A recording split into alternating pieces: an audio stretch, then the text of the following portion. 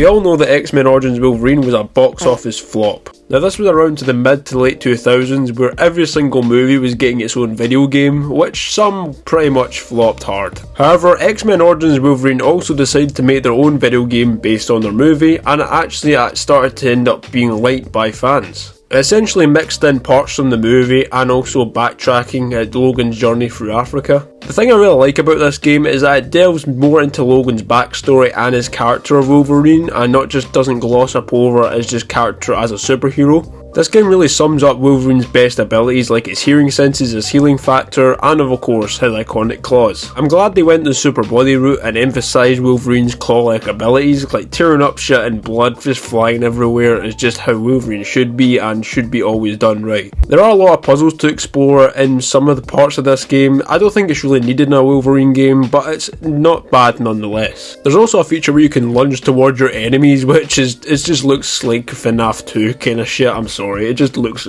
hella goofy in this type of game. I also love that you can actually use the environment as you're attacking several soldiers or different enemies. I think it definitely gives a lot of diversity to the gameplay, and there is some kind of skill to it, and it's not just all about slicing and dicing with a pair of claws, which I do like. They also took a page out of the Batman Arkham series and made a Feral Vision, which is essentially the essential equivalent to Detective Mode from Arkham. And this feature is pretty good. You can highlight enemies and just find out where they are without them just sneaking up on you or just trying to take you out first. If you do get damaged enough, the healing factor does wear off and you end up looking like a deep fried garbage bag afterwards.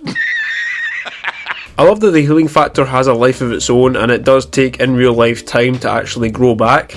It really does make the style and the look of the game feel more immersive, and it does feel more realistic as you're playing. I also like the creative ways that you can kill your enemies, like it can also be a part of the environment, such as putting them into wood or throwing objects at them. And I gotta talk about the Sentinel boss fight, because I think this is definitely the highlight of this game. The mid-air segment is probably the best looking part of this game, and it's definitely the most visually appealing. Just seeing Sentinel fall and Wolverine falling after it is certainly something that we don't really get in games nowadays, especially with the diversity of effect that we see throughout both battles and seeing the transition through both parts of a boss fight. That's something I think this boss does terrifically well, and in all honesty I think this is probably the best boss fight in this game. It's definitely the most unique boss fight, because most of the boss fights in this are very bland, especially even Gambit's boss fight was a lot better than the one in the movie, where you've just got Logan chopping down a fucking ladder most of the time. The Blood boss fight in this game is actually a lot better than the one in the movie, where he's just taking place in a boxing ring, whereas this has actually got a little bit of strategy to it, and you're trying to dodge him throughout the grocery store, or wherever the hell this is, probably Walmart or some shit. We also get a couple of fights with Sabretooth in this game, just like the movie, and we get Deadpool.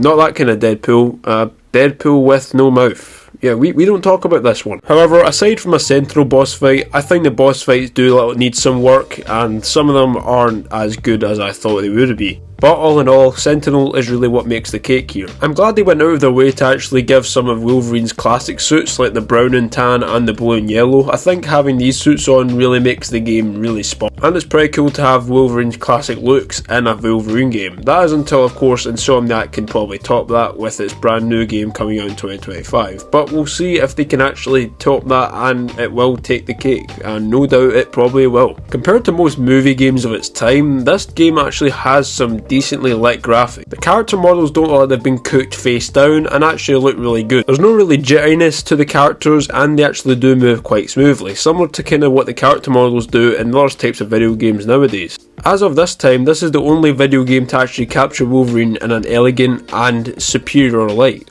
That is until Insomniac can do what they can do with the character, and no doubt they will blow it out the park. I completely forgot that this game also had a rage mode, which was pretty fucking similar to God of War in my opinion, not because it probably did get copied from it, but I think it's definitely not the best idea for a Wolverine to have a rage mode. I think that's more of a Kratos thing, and I think this is probably one thing that could be removed from the game.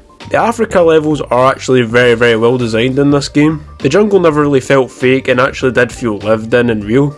And I also like how it implements itself into the story, going back and forth between past and present day. I'm glad the Africa gameplay was included to show a little bit more diversion into the gameplay and showing more of what Logan's life was like before he became the Wolverine. And I'm glad we got this extra long sequence instead of him just pissing off and resurfacing 20 years later with a wife. It just makes no sense why it'd end that quick in the movie when you're supposed to really develop characters in movies before you actually put them into video games. But in this case, it's sort of vice versa, as the video game has more character development than the whole fucking movie and in itself, which is pretty fucking funny. The enemy type throughout this game definitely improves, and I can actually have a lot of respect for it. I like how you can actually be able to upgrade Logan's abilities in order to take down more tougher enemies, and it shows that the enemies aren't always the same and you actually have to double up your skills, which is very nice. We also upgrade to mutant enemies, which are very much like Wolverine and can move faster and are a lot quicker in combat. We also face some robotic characters which do take a little bit of skill to actually take down, and as far as the enemies go, they're always different, and that's what I genuinely like about this game. I think that most other superhero games really need to copy it and take some notes. In other ways, I'm glad the developers decided to expand the story of Wolverine in this game and not just make it as generic as a movie, as pretty much why the movie failed is because it had so many generic scenes and didn't really explore the whole category of Logan. And I gotta hand it to Raven Software, they truly know when it comes to action games how to make a really great video game. Especially making a movie tie-in game stand out amongst the rest, like that is just an achievement in itself. I'm glad they were able to work closely with Marvel and actually try and decipher how Wolverine is as a character and giving them access to the comic style and also how he acts in other types of media. And this is really how they made Wolverine / Logan so accurate and so well liked in this video game. It's also incredible that we got Hugh Jackman on board to of course voice Wolverine. I couldn't imagine anyone else in this role, and it's definitely one of the best performances he's had since probably Logan, I'd say. I love that this game does a great job of balancing the narrative as well as the gameplay. It's always so well balanced, especially in the more diverse scenes. As I mentioned with the Africa scenes, I'm glad they've put them in here as it actually adds more flashback and more depth to Wolverine's character. And it's definitely something they shouldn't have done, but it's also something that Deadpool copied off of, funnily enough. With good games, audiences are always willing to pay more money for something like this, and it's probably why this game succeeded over the movie. They saw how good and close accurate it was to the comics, and the action and the gameplay they were offering.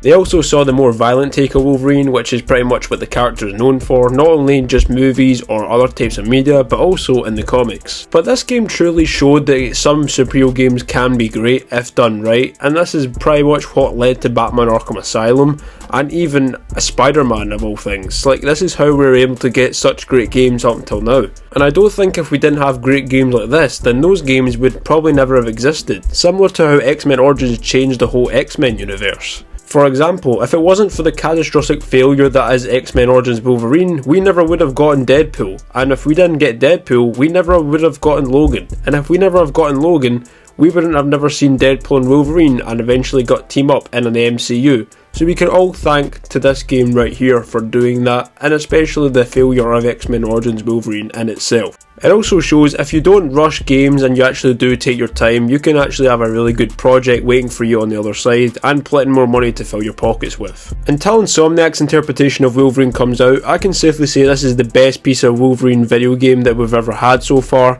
Obviously there's only been one and they managed to absolutely nail it, so I'm excited to see what they can do in the future with Insomniac. If Insomniac can build upon the foundation of this game and give us an even better experience, they can see us raking in the cash in no time. Not to mention Insomniac are crazy for putting tons of suits and tons of different content in their games, so I'm actually looking very forward to how they can handle that as well. And with the Wolverine's amount of suits that he has throughout the years and the comics, even the movies, I mean, we've got a whole ton of stuff to dive into. And if Insomniac can get Peter Parker right, then they can definitely get Logan right. He's one of the most diverse and complex characters in the Marvel Universe, and no doubt he's got a lot of backstory in this new game. Not only with his past, but also with Wolverine too. I reckon Insomniac probably will go for the PEGI 18 rating, as this Wolverine always has to be more a rated R character than just a PG-13 character. The blood really has to be explored throughout his killings and how he combats everything. I think like having the claws just unbloodied would just make for a very lackluster experience.